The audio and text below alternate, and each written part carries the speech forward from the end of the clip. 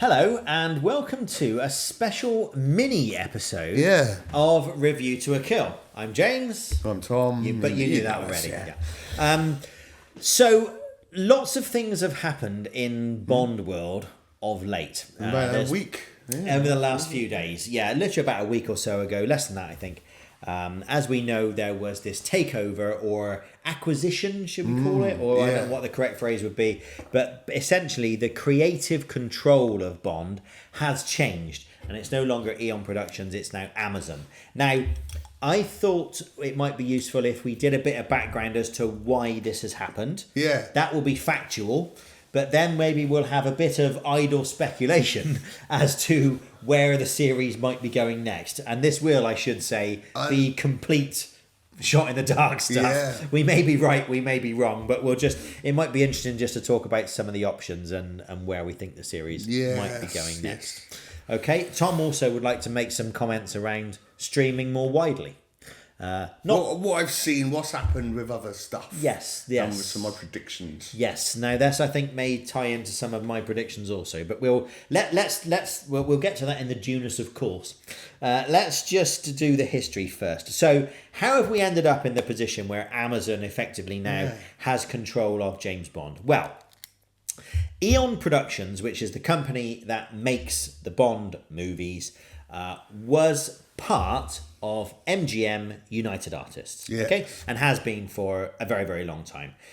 However, the deal that Eon had with MGM UA was that although MGM UA was the studio that ultimately signed off on this, Eon Productions had a deal in which they retained the creative control over Bond. Yes. Okay, and since 1995, that has been Barbara Broccoli, that's Cubby's daughter, and Michael G. Wilson, his stepson, right?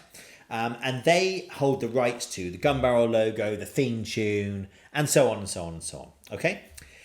Back in 2021, Amazon acquired MGM UA. Yeah. Okay, so Amazon acquires the studio that puts out the movies that Eon Production makes.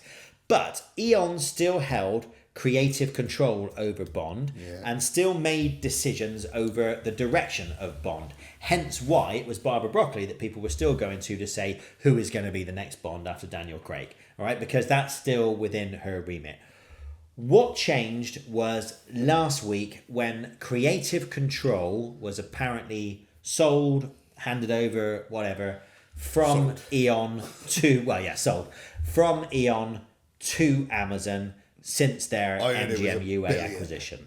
Yes, we're going to talk about that as well. So the details haven't been made public, but the reported figure, as you correctly say, is apparently $1 billion, not million, $1 billion. $1 billion. Which is, let's be honest, a hell of a chunk of dough. So that's the reported figure. Now, we don't know the details of the deal yet. They haven't been made public. We're waiting to find out exactly what has happened here. We do know that Barbara and Michael have like I know them, like I'm on first name. Babs and Mike. I have got an uncle, Michael and Auntie Barbara. There you go, it's there. Give them a ring.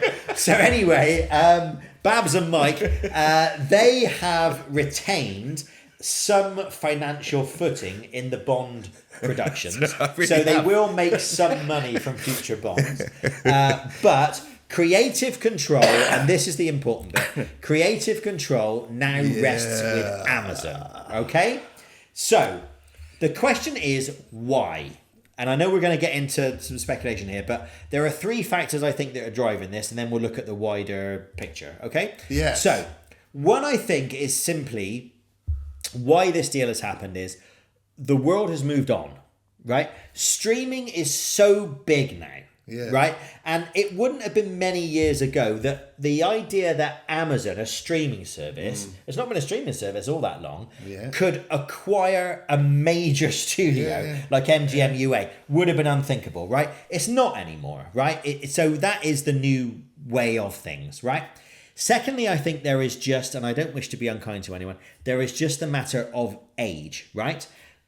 Barbara Broccoli and Michael G. Wilson have made the biggest contribution to Bond in recent decades. Yeah. And it is likely, I think, that the series would not have survived without them. Certainly from the pre-Goldeneye hiatus. Yes. I think it's likely that the series would not have survived without them, right? And their contribution to Bond is, after Ian Fleming and Cubby Broccoli, they are the two biggest figures in the history of Bond, right?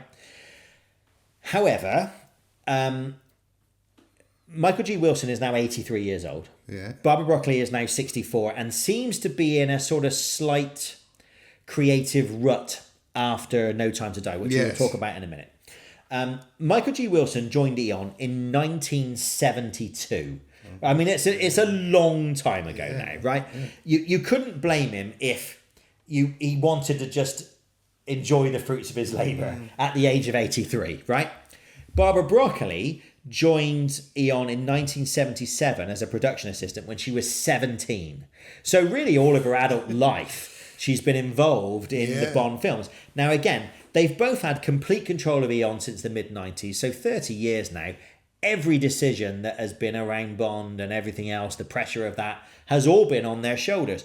You couldn't blame them if I've been doing this from the ages of 17 to 64. I want to do something else now. You can't blame them for that, right? It's a long time doing this stuff. The other thing we must say is the vast majority of their major creative decisions, I think they got right. We will come to one they got wrong in a minute. But I think the majority of the decisions they've made about the franchise and the series while they've been in charge, they have got right. The major one, of course, was the casting of Daniel Craig, right? Which we'll talk about in future episodes. But no one saw Daniel Craig as a potential Bond. No one. Except Barbara Broccoli and Michael G. Wilson. And he was a enormous success in the role, right? He became really the archetypal Bond for a whole generation. It's nearly 20 years since he was cast and we still don't have another one, right? So, that was the decision they got very, very right. Yeah. However, and this is the third reason I think they've sold, No Time to Die. Now, I'm conscious you haven't seen No Time to Die yet. But you have ruined it for me. But I have ruined it because I told him the big spoiler. So, ever conversation about doing this. Yeah, I may have accidentally done that. Sorry. So, there is a very big spoiler for No Time to Die coming up, which we really have to... We can't have this conversation without giving this spoiler, right? Yeah. So, you know what it is. But for those that don't know what it is, spoiler in big letters across the screen right now, okay? So, in the last Bond movie, which was No Time to Die, they took a very, very large creative decision, and that creative decision, of course, was to kill off James Bond. Now, we all have our views as to whether that was right or whether that was wrong. I have to say... You've never really given a clear indication I'm fairly firmly in the wrong camp, which I may have hinted at a few times, right? I felt that what that does is it backs you into a corner, and we'll talk about this when we do the episode, but I think they backed themselves into a corner and they didn't really know where to go next. Well, all I've got is you just... Now, I know you haven't seen it, so you'll make your own mind up, and I'm not going to influence you. Or you just said it didn't happen. Well, I think, I think you've either got to say... Don't make any... You've either got to say those 5 movies were kind of its own little world, and now we pick up with Bond as an established agent, and he just is the new Bond with a new M and new Moneypenny and new Q and all the rest of it. Basically what they did with Goldeneye, with Brosnan, right? There was no backstory. He was just Bond, right? What? Or you go in a completely different direction and you say, okay, we're going to set this in the 60s and start all over again or something like that, right? But for whatever reason, they didn't seem to be able to get themselves out of this corner that they backed themselves into. And I think that was a problem. If you kill off the main character, where do you go next? Yeah, well, right. That's the problem. And I know there are some precedents. Batman. Sorry, I don't want to spoil another film for everyone else, but at the end of The Dark Knight Rises, everybody thinks Bruce Wayne is dead. Turns out he's not. But anyway, the world thinks he's dead, and yet there have been Batman movies subsequently, right? So you can do it. But it does sort of create questions and whatever else. I think the casual fan, I'm thinking of people like my wife who just go along, watch the film when they come out, and they're a sort of casual fan. They like it, but they're not obsessed with it, right? I think they might have struggled with what came next once they'd chosen to kill off Bond, right? I think that may have been a problem and part of what they did. And there are reasons for that, which we'll talk about in the No Time to Die episode. I think Daniel Craig had a lot of creative control over No Time to Die and wanted a big send-off. And I think it was the actor driving something that maybe the producer should have driven. Okay. Anyway, clearly Barbara Broccoli saw Daniel Craig as the archetypal Bond of her era. He was her choice. He's been a fantastic success. And I do think she's sort of thinking, well, where do we go next? You know, have we still got the same enthusiasm and whatever else for it? Okay. So if you are umming and ahhing a little bit, and then someone comes along and offers you $1 billion, you know, that to take that headache away from you, I can understand them doing it. Do you know what I thought the dispute would most likely would have been Amazon wanting to just completely like do spin-off CV. Well, and I thought Broccoli and Wilson were going to hold on to we can only have this. This is very much event. You're 100% correct. Yeah. This is very much what I think the debate has been about. Yeah. There has clearly been a lot of debate and frankly some bad blood between Amazon and Eon, between Barbara and Michael and Amazon. And clearly, I think they wanted to retain creative control and they wanted to retain the model of we do one film every few years and it's sort of linear and everything else. Now, a streaming service is unlikely to go for that in quite the same way, I think. Now, here's the bit I want to make very, very clear, right? And this, I think, is an important bit. We're now away from fact and into speculation at this stage, right? We don't know what Amazon's plan for Bond is, right? We don't know. And we're not going to sit here and pretend that we do. However, it does feel like we're going to have a bloody good guess. It does. I think we can safely say this does feel like the end of Bond as we know it.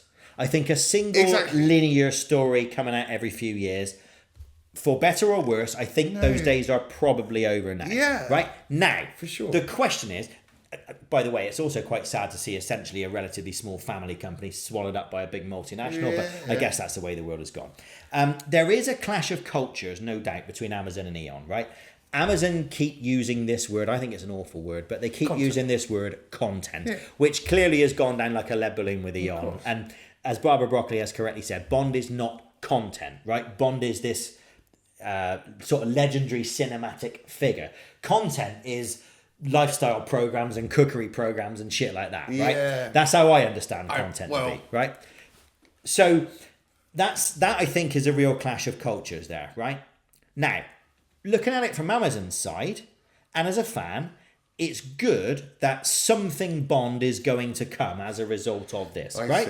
Because we have been in stasis for a very long time. No Time to Die came out in 2021. It is a long gap now. We're now in 2025. No sign of a new Bond, no sign of a new movie. So even if Eon had kept the new Bond, the rights to it, done a new Bond and made the movie and put it out, it's probably late 26 or early 27, right? Yeah. So then it's a 6-year gap, like the License to Kill Goldeneye gap, right? It's a very, very long time. So it's good that we're going to see some Bond. What I really, really, really, really do not want to see is what you've just alluded to, which is spin-off here, spin-off here, spin-off here, spin-off here, spin-offs all over the place. And I know this is going to be controversial in some quarters. Yeah. Star Wars and Disney, which I guess is where you're going, right? I mean, some of those spin-offs work, some of them don't. Exactly. One of them was canned after a single series, which for something as popular as Star Wars is ludicrous. Well, yeah, but it's wait. So it gets to this is the whole world we are in now. You've got this guy Bob Iger, who's the CEO of Disney. Yep. He's been he's been making these decisions like back in the very early 90s, telling David Lynch and Mark Frost they must reveal the killer of Laura Palmer. Yep. These are the people who are in charge. Yeah. So I mean. Sorry, it's a bit of a cack-handed way of making the point, but it's because those people, I know those people are still looking at numbers, the money. Yeah. And with Marvel is a good example because it's... More does not necessarily mean better. And but the thing is with Marvel is they've actually admitted to that. Yeah. They've scaled it back now, haven't they? So the MCU, the Marvel Cinematic Universe, starting with Iron Man. Yeah. Right. So that's all the films produced by Marvel Studios. So none of the X-Men stuff and the old. So that started with Iron Man. It worked its way up to Infinity War and Endgame, and and some of the films are better than others, but they kind of increased in the frequency of how many films they were releasing as they went on. Yeah. But it's mostly that's really successful in doing this film series where you have crossovers in big characters. And then they were like, yes, we need to do more and more. So once they finished the Infinity Saga with Endgame and everything, then they brought in all the Disney Plus shows. And I could see, even though I was kind of like, I kind of like the sound of this one, I like the sound of that one. I don't like the sound of having to watch 6 TV series and 3 movies in a year. And this is the point, I think, and this is why I raised Star Wars. Yeah. Because for me, as someone who grew up watching Star Wars, right, I really don't like what Disney have done with Star Wars because I'm all over the place now, right? Exactly. You know, and Andor for me as really good. Andor's fantastic. Yeah, listen, I'm sure some of it is very good, but some of it is not. And this is what I mean. More does not necessarily mean better. Almost all of it is not a patch on. And bear in mind as well, if you're a casual fan, and we should always remember that the minority of people who go to watch Bond films in the cinema will be fans, as in hardcore fans, and then the majority will be casual fans who are interested in it and go once every few years or whatever, right? Yeah. A casual fan is not going to sit down and watch hour after hour after hour after hour of an ongoing extended universe. That's a phrase that sends my blood cold. I think that it's too much for the casual fan. Now, let me be very clear. I don't know if Amazon are planning to do with Bond what Disney have done with Star Wars. I would imagine they are, though. It's a possibility. It's a possibility. We don't know, right? And maybe they're not. But if they do, I mean, in Star Wars now, there are spin-offs from the spin-off. Yeah. So now it's sort of, okay. And like I said, if you're getting to a point where you're making something and even the fans aren't watching it and it gets canned after one series, that clearly is a failure, right? Yeah. So what I don't want to see, just to bring it back to Bond, is a Q spin-off and a Moneypenny spin-off and a M spin-off and a something else. You want to see a lighter spin-off, though, all running along at the same time. It will. Right? This is what's going to happen, James. I hope not.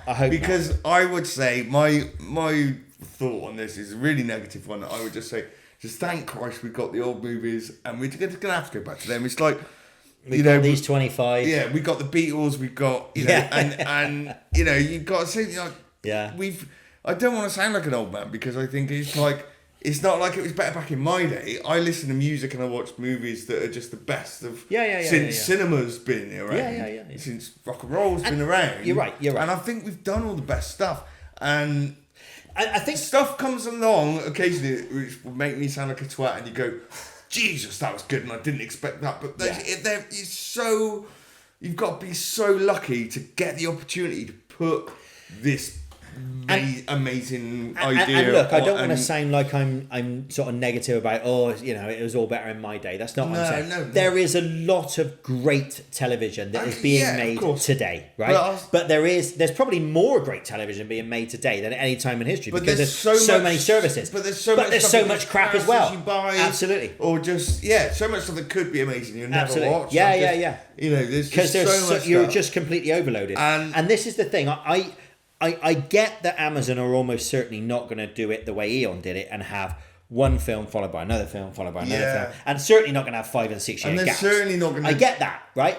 Yeah. But surely there is still a place for having one production. Yeah. And doing that one production properly. Exactly. Well, that's what I'd really hope they will do. This is what will never happen. But this is what would save it all. So you said. We're Amazon, right? We'll do the real movie. Yeah. We'll keep that. We'll do a movie every couple of years, every 3 years or whatever. Yeah. That's the real one. Yeah. And for all the people who don't really care, we're going to do all this TV stuff as well. So you can just, but my final point on Marvel is that they, after doing this, almost experiment with Disney, where they just completely made loads of TV shows and loads of movies that weren't very good in about a 2 or 3 year period, which was like overload. It was overload and running time. It was like loads more than the whole of the Infinity Saga, which had taken 10 years to be presented to you. So you get fatigue, and then you kind of, and then audiences think, well, I won't watch this one because I've not seen the other. Exactly. And all that kind of. I can't watch that yet because I haven't seen that yet. And so then Kevin Feige has to step in and go, right, we've learned from our mistakes, but we're going to focus more on quality, less on quantity. Yeah. And the stuff coming forward will be, you don't have to watch everything. It's like, well, make your mind up then, isn't it? It's just like, well, we could have told you this would have been a mistake when you announced 6 billion shows that you were going to do. Yeah. You would hope. And I don't think Amazon's going to learn from any of you these would mistakes. hope they would look at what they won't. The good and bad of these things. They'll try and get them the rinse. Bottom line. I agree. Most they can. The worry is that a lot of it is going to be financially driven. We should say as well, the only thing Amazon produced so far for Bond was that Road to a Million series last year, which was pretty bloody awful. My Felix spin-off idea was better than that. Well, this is what I want to talk about, right? Because let's take. You want to talk about My Felix? No. Were you delighted with those messages? I was thrilled with those messages. So Tom and I had an exchange on Twitter in which Tom suggested Felix spin-offs. It was like a Quantum Leap thing. Yeah.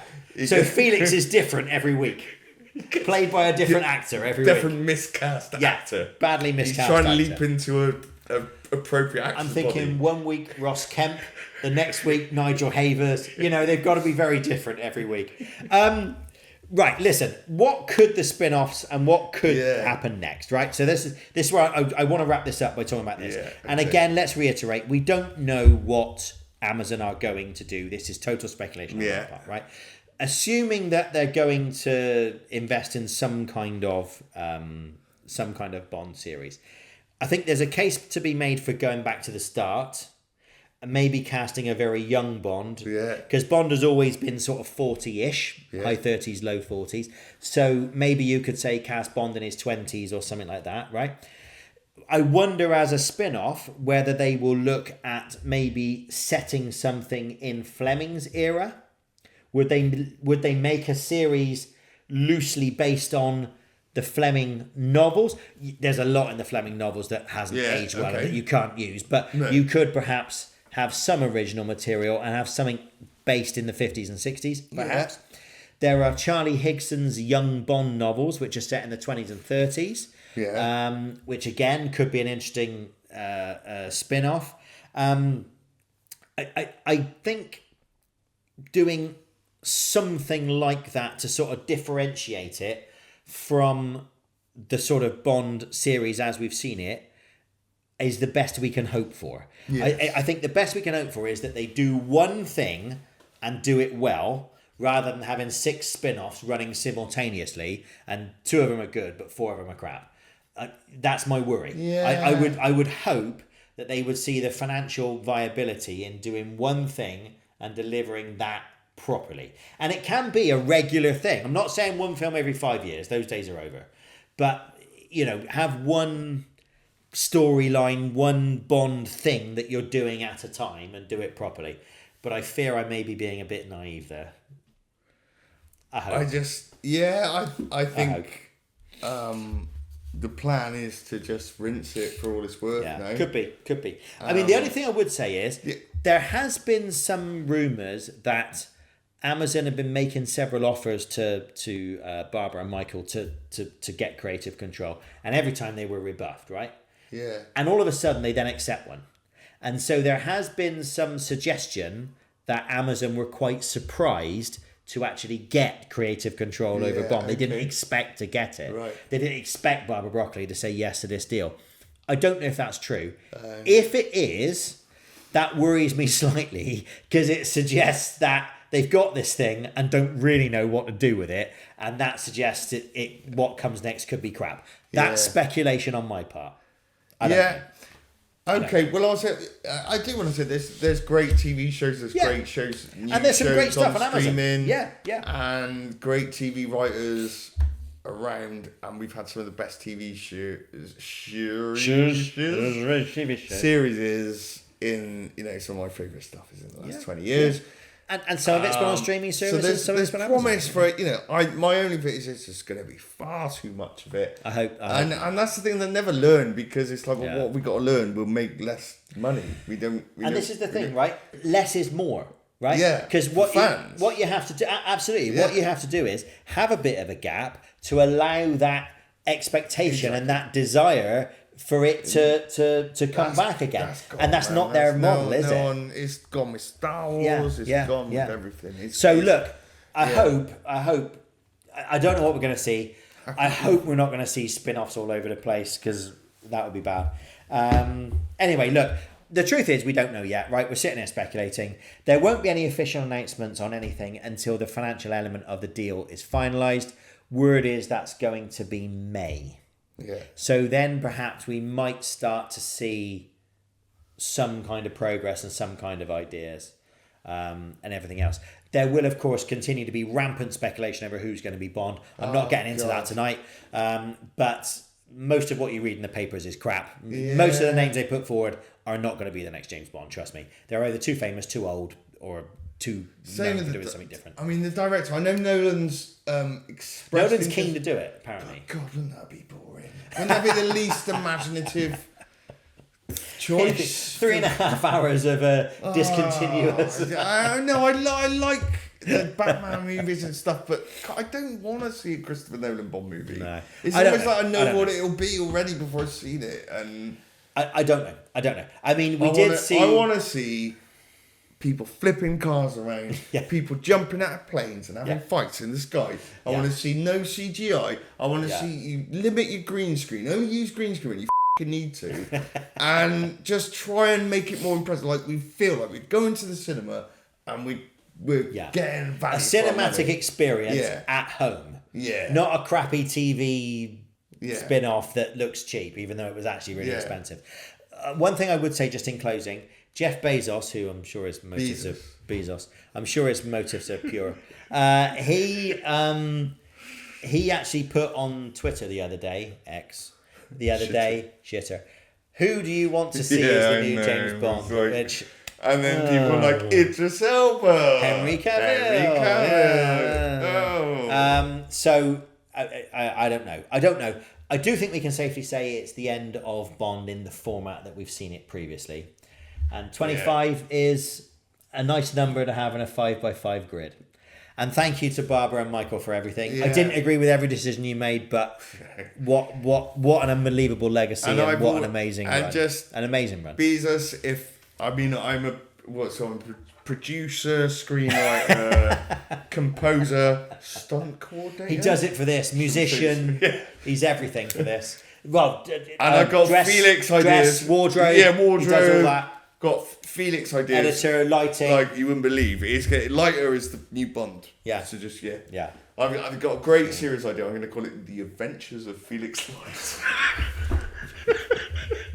Episode 1. Fred Savage from the Wonder Years. Right. That's it. Thank you for watching.